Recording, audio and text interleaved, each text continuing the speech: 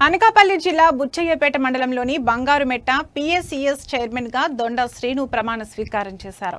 రాష్ట్ర ప్రభుత్వం జారీ చేసిన నామినేటెడ్ ఉత్తర్వుల ప్రకారం చైర్మన్, డైరెక్టర్ల నియామకం జరిగింది. ఈ సందర్భంగా ట్రూత్ న్యూస్ ఛానల్ చైర్మన్ త్రిమూర్తులు సాల్వ కప్పి దొండ శ్రీనుని సన్మానించారు. రైతులకు సకాలంలో రుణాలు మంజూరుకు, విత్తనాలు, ఎరువులు పంపిణీకి కృషి చేయాలని నూతన కార్యవర్గాన్ని ట్రూత్ న్యూస్ ఛానల్ చైర్మన్ త్రిమూర్తులు కోరారు. ఈ సందర్భంగా దొండ శ్రీను మాట్లాడుతూ సభ్యుల సంక్షేమం, రైతుల అభ్యున్నతికి యహానిశలు కృషి చేస్తానని, కుల మత భేదాలు లేకుండా అందరికీ సమాన న్యాయం అందిస్తానని, రైతుల సమస్యల పరిష్కారంలో ఎల్లప్పుడూ ముందుంటానని తెలిపారు.